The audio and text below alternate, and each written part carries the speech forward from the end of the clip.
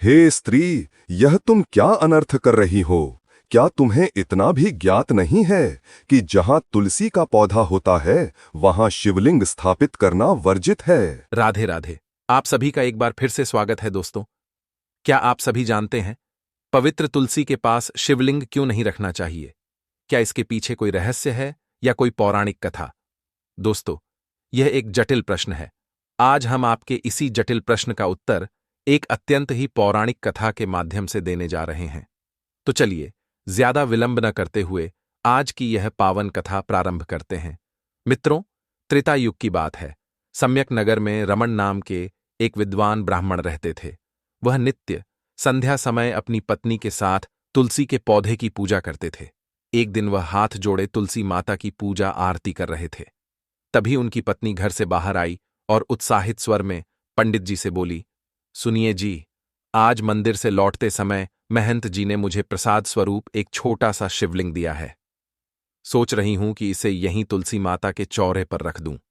सोचिए, हमारे आंगन में तुलसी माता के साथ स्वयं भोलेनाथ भी विराजेंगे तो कितना शुभ होगा। पत्नी की बात सुनकर पंडित जी ने विस्मित होकर उसकी ओर देखा। उनके हाथ में जलता हुआ दीपक था। उन्होंने उस दीपक को धीरे से भूमि पर रख दिया। उनके चेहरे पर एक हल्की चिंता झलक उठी। वे गंभीर स्वर में बोले, देवी, मुझे नहीं लगता कि तुलसी के समीप शिवलिंग रखना उचित है। धर्मशास्त्रों में ऐसा करना वर्जित बताया गया है। पंडित जी की यह बात सुनकर उनकी पत्नी आश्चर्य में पड़ गईं और बोलीं, क्यों जी? तुलसी और शिवजी दोनों ही तो पूजनीय हैं। जब दोनों एक ही स्थान पर रहेंगे तो भक्ति और बढ़ेगी। इसमें अनुचित क्या है? पत्नी की बात सुनकर पंडित जी ने भौहें सिकोड़ लीं, मानो स्मृति के धागे जोड़ने का प्रयास कर रहे हों। फिर थोड़ी देर विचारमग्न रहने के बाद पत्नी से बोले, सच कहूं तो पूरा कारण मुझे स्मरण नहीं है, पर इतना अवश्य जानता हूं कि शास्त्रों में इस विषय का उल्लेख है। किसी पौराणिक कथा में कहा गया है कि तुलसी के समीप शिवलिंग स्थापित नहीं करना चाहिए। मेरे गुरुजी ने भी कभी इस विषय पर बताया था, परंतु वह प्रसंग अब भी स्मृति में धुंधला है। ये बात सुनकर पत्नी की जिज्ञासा बढ़ गई। उसने विनम्र भाव से कहा, तो फिर वह कथा हमें सुनाइए। मैं भी जानना चाहती हूं कि ऐसा क्यों कहा गया है। पंडित जी ने सिर हिलाया और गंभीर स्वर में बोले, हां, सुनाऊंगा, परंतु इस समय मुझे पूरा प्रसंग याद नहीं है। थोड़ा समय दो, स्मरण करने दो। जब तक सही कथा स्पष्ट न हो जाए तब तक मुझे यही उचित प्रतीत होता है कि शिवलिंग को तुलसी माता के चौरे से कुछ दूरी पर रखा जाए। इतना कहकर वह वे कुछ क्षण के लिए मौन हो गए। फिर थोड़ी देर बाद बोले, क्यों ना हम इसे मंदिर वाले कक्ष में स्थापित कर दें। वहां स्थान भी पवित्र है और नियमों के अनुरूप भी है। परंतु पत्नी ने सहज आग्रह के स्वर में पंडित जी से कहा, हे स्वामी, मंदिर के महंत जी ने यह शिवलिंग प्रसाद स्वरूप दिया है, ऐसे में इसे अलग कैसे रख दें?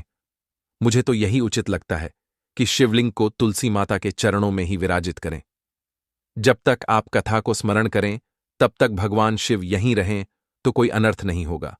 आखिर सब देवता आपस में वैर भाव नहीं रखते, तो फिर हमें क्यों डरना? पत्नी की बात में श्रद्धा थी, परंतु पंडित जी का मन अब भी शांत नहीं था। पत्नी की बातों ने उनके अंतःकरण में जैसे कोई तरंग जगा दी थी। वे चुपचाप तुलसी चौरे की ओर देख रहे थे। दीपक की लौ हवा में हल्के झोंकों से डोल रही थी और उसकी चमक कभी उजियारा बिखेरती, कभी छाया रचती। उस ज्योति में उन्हें जैसे दो आकृतियां दिख रही थीं, तुलसी माता और शिवलिंग। बीच में उनका मन डगमगाता जा रहा था।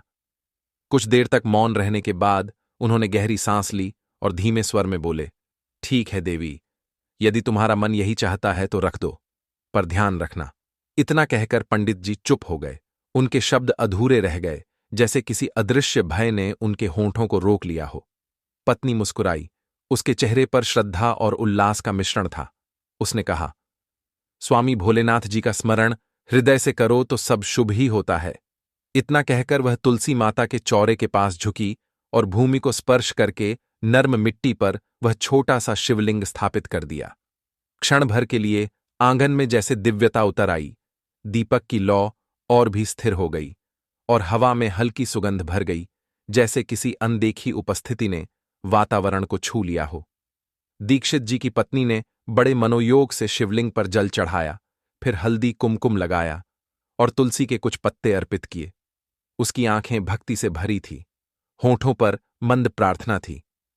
हे नीलकंठ, आप साक्षात करुणामय हैं, हमारे आंगन में आपका वास हो, बस यही हमारी विनती है। पंडित जी कुछ दूरी से यह सब देख रहे थे। उनके मन में श्रद्धा और शंका का एक विचित्र द्वंद्व चल रहा था।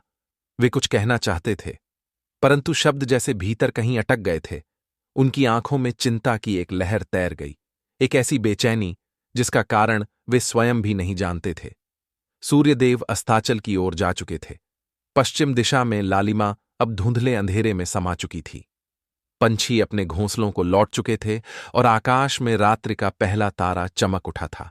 पूरा वातावरण किसी रहस्य में डूबा लग रहा था, शांत पर भीतर से कुछ कहता हुआ। दोनों पति पत्नी भीतर चले गए। पत्नी रसोई के कार्यों को करने लगी और पंडित जी अपने दैनिक नियम के अनुसार संध्या पाठ समाप्त कर घर के कार्य देखने लगे। आंगन में रखा वह छोटा सा शिवलिंग अब दीपक की लौ में चमक रहा था और तुलसी माता की छाया उसके ऊपर झूल रही थी। दृश्य भले ही शांत था, पर उसमें कुछ ऐसा था जो असामान्य प्रतीत हो रहा था, जैसे समय स्वयं ठहर गया हो। थोड़ी देर बाद दोनों पति पत्नी ने भोजन किया। उसके बाद दोनों अपने अपने कार्यों से निपटकर विश्राम की तैयारी करने लगे। तभी दीक्षित जी की पत्नी ने प्रसन्न होकर कहा, आज मन को बड़ी शांति मिली है। लगता है हमारे घर में साक्षात शिव और तुलसी माता दोनों का आशीर्वाद है। उसकी यह बात सुनकर पंडित जी ने हल्की मुस्कान दी, पर भीतर का संशय अब भी जीवित था। वे सोचने लगे, क्या सचमुच यह ठीक किया हमने, या कहीं किसी नियम का उल्लंघन तो नहीं हुआ?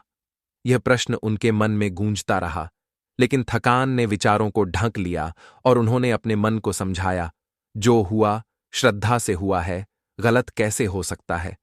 पत्नी भी दिन भर की थकान से चूर होकर विश्राम को चली गई। आंगन में अब केवल दीपक की लौ रह गई थी, जो हवा के हल्के झोंकों में जगमगा रही थी।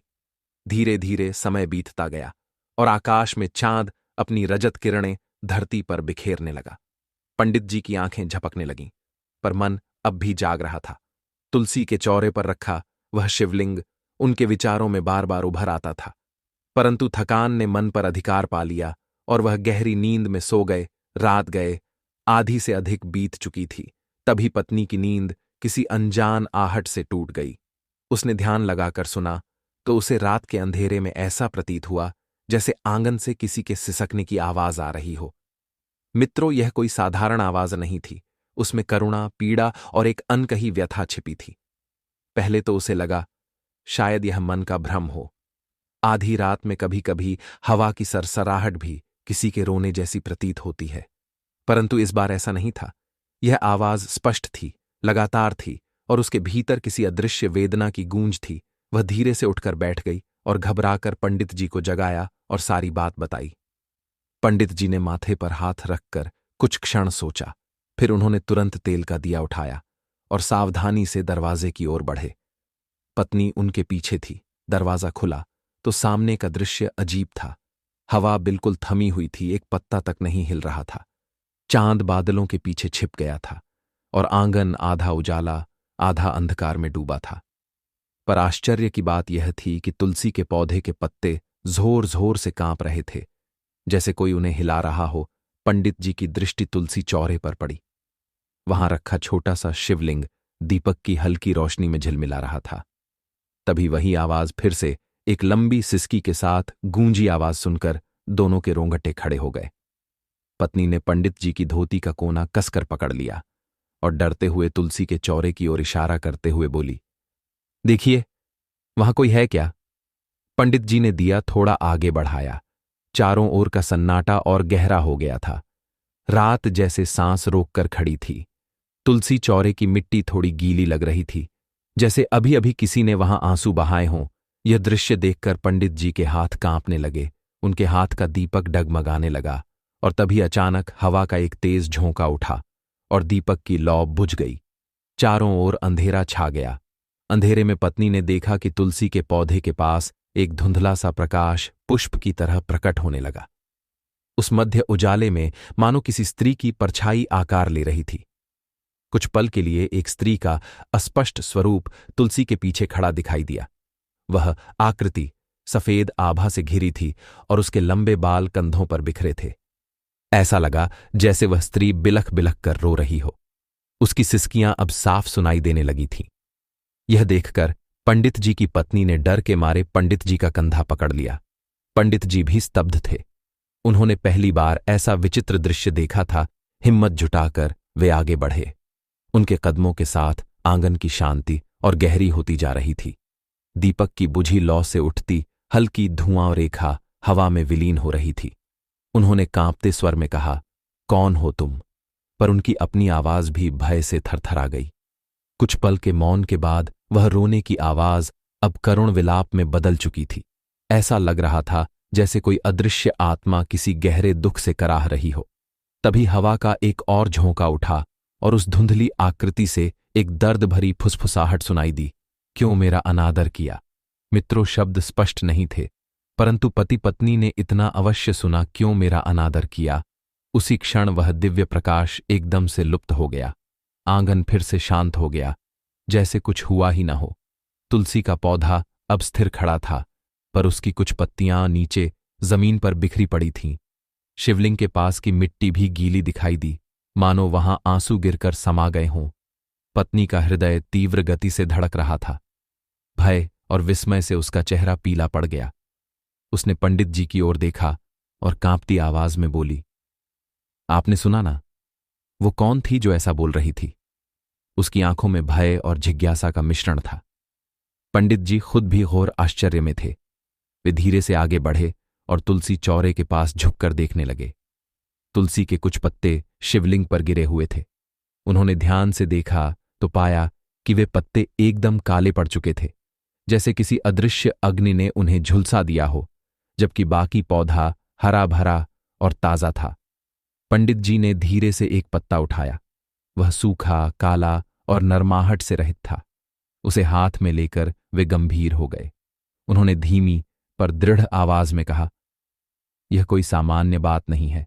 देवी तुलसी हमसे रुष्ट हैं या फिर हमें कोई संकेत दे रही है। पत्नी की आंखों में आंसू आ गए। उसने पछतावे से कहा, यह सब हमारी ही गलती है। शायद हमने ही जाने अनजाने में कोई अनुचित कार्य कर दिया। मुझे यहां शिवलिंग स्थापित नहीं करना चाहिए था। इतना कहकर वह जोर जोर से विलाप करने लगी। तभी पंडित जी ने उसे शांत कराया और बोले, हे प्रिय, घबराओ मत। यह अशुभ संकेत हमें सावधान कर रहा है। शायद इसलिए कहा गया है कि तुलसी के पास शिवलिंग नहीं रखना चाहिए। मुझे ही सावधानी रखनी चाहिए थी, लेकिन अब धैर्य से काम लो। उन्होंने तुरंत आंगन में रखे जल कलश से जल लेकर शिवलिंग और तुलसी के पौधे पर छिड़का, मानो शुद्धि कर रहे हों। फिर दोनों ने हाथ जोड़कर तुलसी माता से क्षमा मांगी और भगवान शिव से भी रक्षा की प्रार्थना की। पंडित जी ने मन ही मन महादेव और देवी तुलसी दोनों का स्मरण किया। इसके बाद रात के सन्नाटे में पति पत्नी कुछ देर आंगन में बैठे रहे। उनके मन में असंख्य प्रश्न उमड़ रहे थे। थोड़ी देर बाद पंडित जी ने धीमे स्वर में कहा, कल सुबह होते ही मैं शास्त्रों में देखकर या गुरुजी से पूछकर इस घटना का रहस्य जानने की कोशिश करूंगा। निश्चित ही इसके पीछे कोई पौराणिक कथा है जिसका संकेत हमें आज मिला है। पत्नी ने सहमति में सिर हिलाया। मित्रों, आज जो उन्होंने देखा सुना था, उसने उनके हृदय में श्रद्धा के साथ साथ भय भी भर दिया था। वे समझ चुके थे कि बिना वजह शास्त्रों में ऐसे नियम नहीं बताए गए हैं। इस घटना ने उनकी जिज्ञासा और बढ़ा दी थी कि आखिर तुलसी के पास शिवलिंग रखने में ऐसा क्या दोष है जो स्वयं तुलसी माता ने अप्रसन्न होकर उन्हें चेतावनी दी है। कुछ देर बाद दोनों भीतर लौट आए, किंतु उस रात फिर किसी की आंखों में नींद नहीं थी।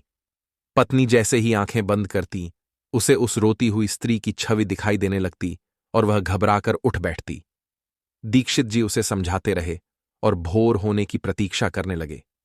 भोर होते होते दीक्षित जी मन ही मन निश्चय कर चुके थे कि आज वे इस रहस्य से पर्दा हटाकर ही रहेंगे। सूर्योदय होते ही दीक्षित जी ने स्नान कर पूजा अर्चना पूरी की। पूजा करने के बाद वे सीधा अपनी पुस्तक अलमारी की ओर बढ़े। वहां धूल से ढके प्राचीन ग्रंथ रखे थे, शिव पुराण, पद्म पुराण और अन्य धर्मशास्त्र। उन्होंने ध्यानपूर्वक एक एक ग्रंथ निकाला और पन्ने उलटने लगे। पत्नी भी पास आकर चुपचाप खड़ी हो गई। उसकी आंखों में भय से अधिक जिज्ञासा थी। कुछ देर तक कमरे में बस पन्नों की खड़खड़ाहट गूंजती रही। फिर अचानक पंडित जी के चेहरे पर शांति और संतोष की झलक आई। उन्होंने एक पृष्ठ पर उंगली रखते हुए कहा, मुझे वह कथा मिल गई।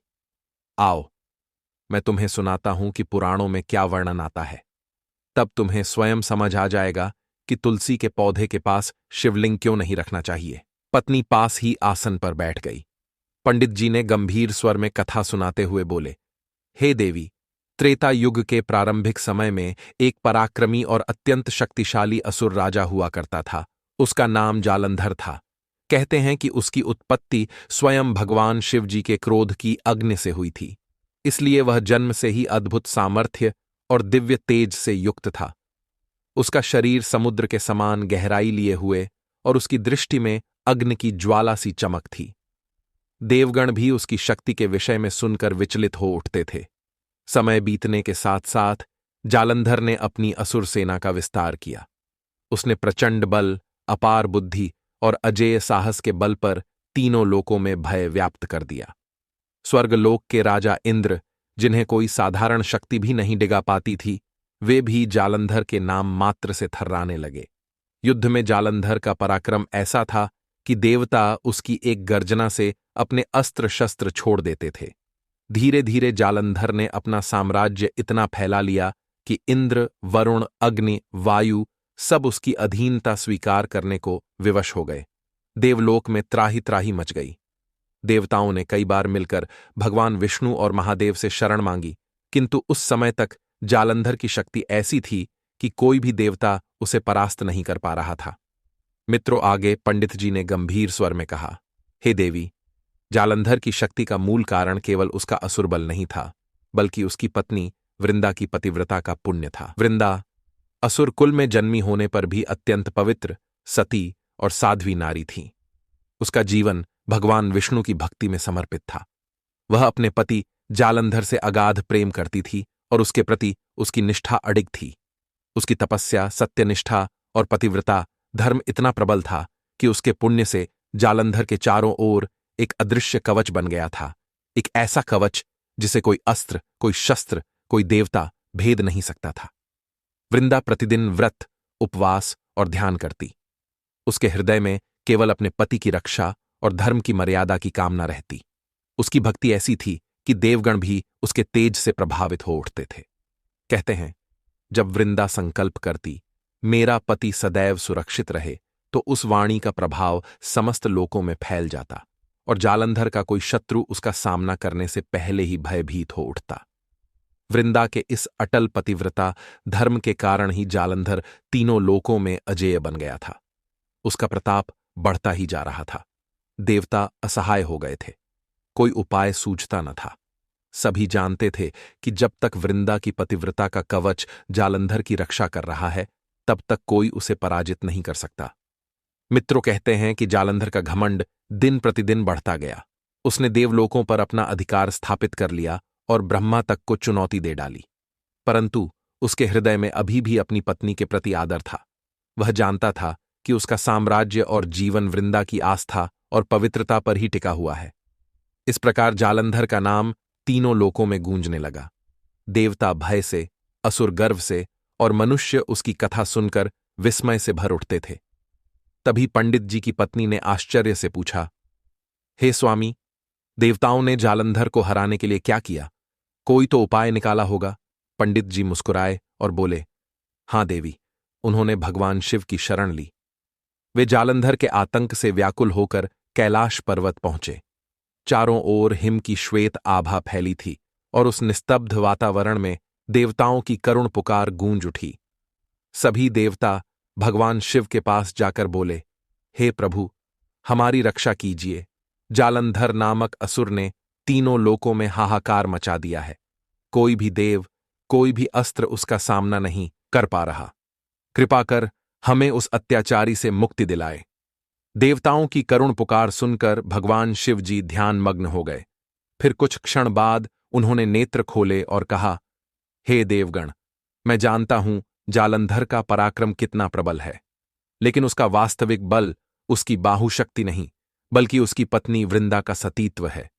जब तक वृंदा का पतिव्रता धर्म अटूट है, तब तक कोई भी जालंधर को परास्त नहीं कर सकता। हमें पहले उस सतीत्व रूपी कवच को भेदना होगा। यह सुनकर देवता मौन हो गए। इंद्र ने सिर झुकाकर कहा, हे प्रभु, किसी सती नारी को कष्ट पहुंचाना तो अधर्म होगा। हम उसके सतीत्व को कैसे भंग कर सकते हैं? देवराज इंद्र की यह बात सुनकर भगवान शिवजी बोले, हे देवराज, तुम सत्य कह रहे हो, परंतु धर्म की रक्षा के लिए कभी कभी कठोर निर्णय लेने पड़ते हैं। मैं छल का मार्ग नहीं अपना सकता, क्योंकि मैं धर्म का पालक हूं, किंतु यह कार्य श्री हरि विष्णु कर सकते हैं। वे ही माया के स्वामी हैं और माया का रूप धारण करके धर्म की रक्षा करने में सक्षम हैं। यह कहकर भगवान शिव ने ध्यान लगाया और श्री हरि विष्णु का आह्वान किया।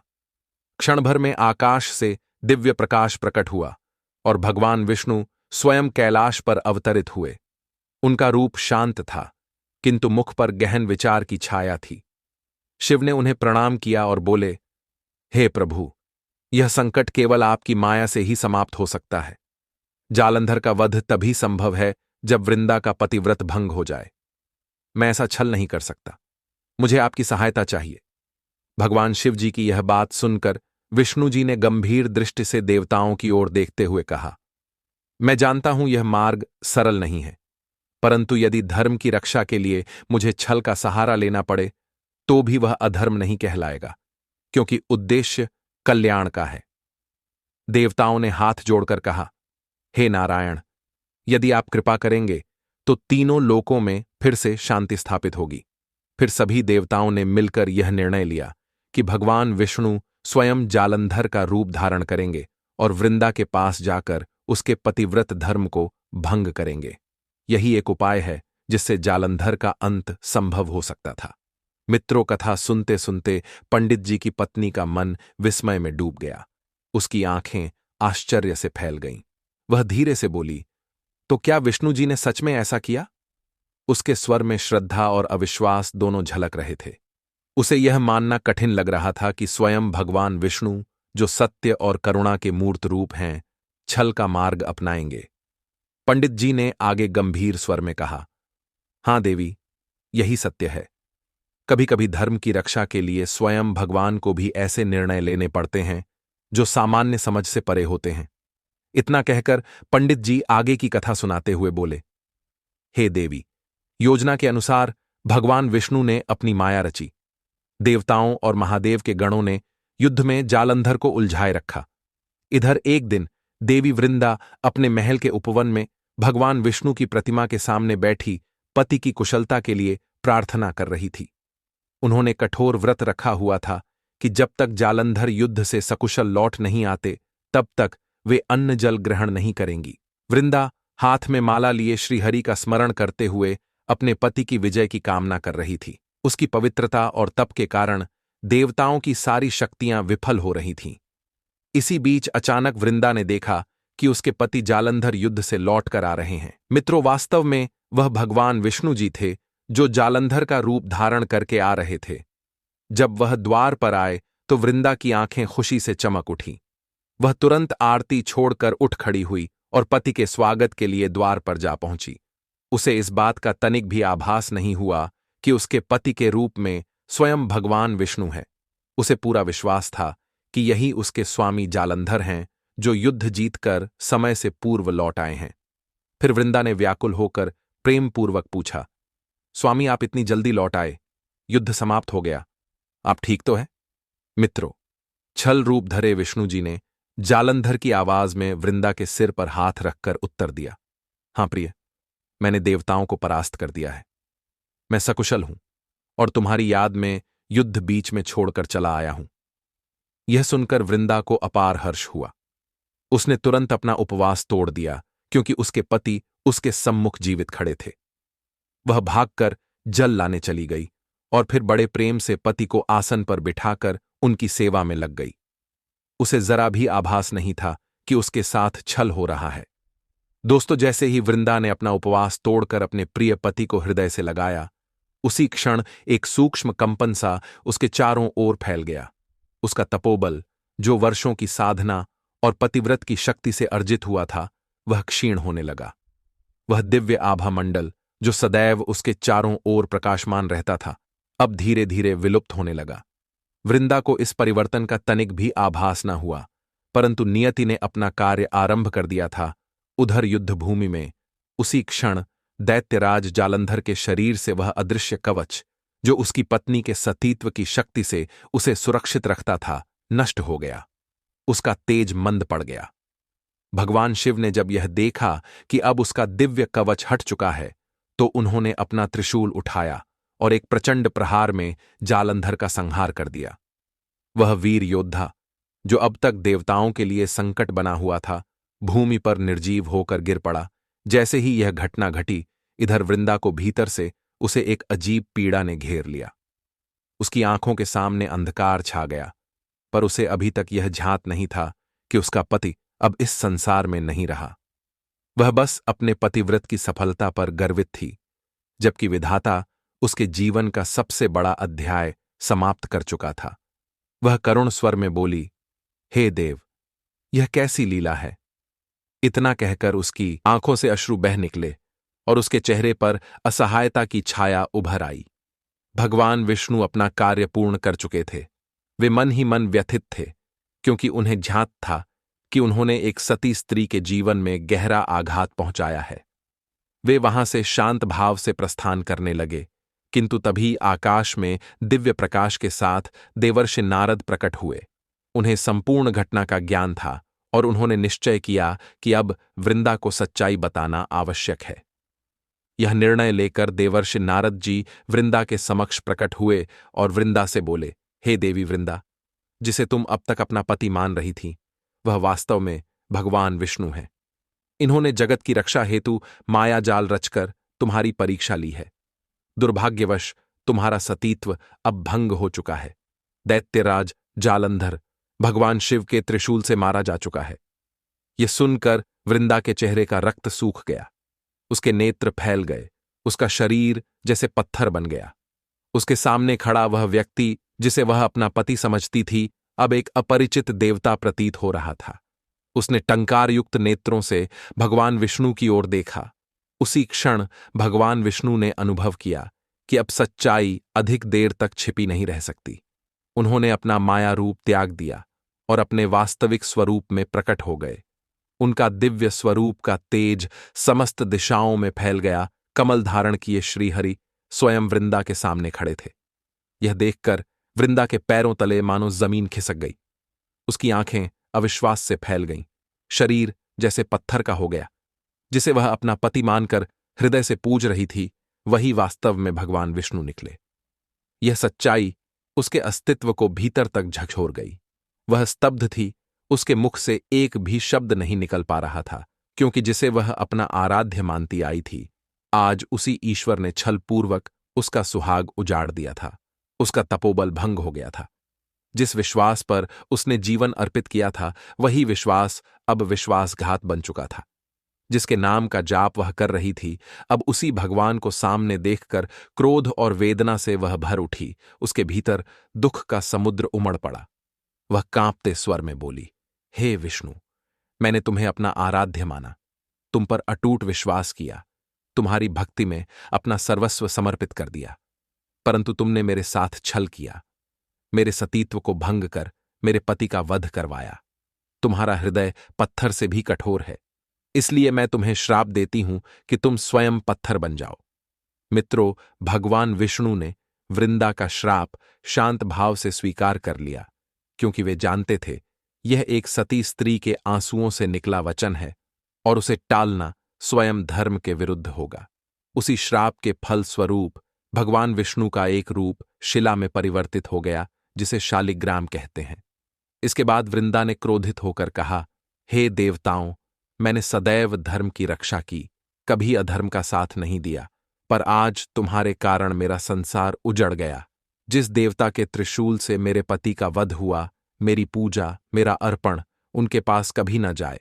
मैं संकल्प लेती हूं मेरे नाम का, मेरे रूप का प्रयोग उनके पूजन में कभी न हो। मैं पृथ्वी पर रहूंगी तुलसी के रूप में। मेरा यह रूप केवल श्री हरि को अर्पित होगा, क्योंकि उन्होंने मेरे अस्तित्व को स्वीकारा और मेरा श्राप सहा।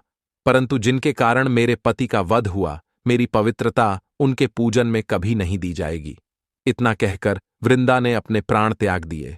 मित्रों, तभी से एक दिव्य परंपरा स्थिर हो गई।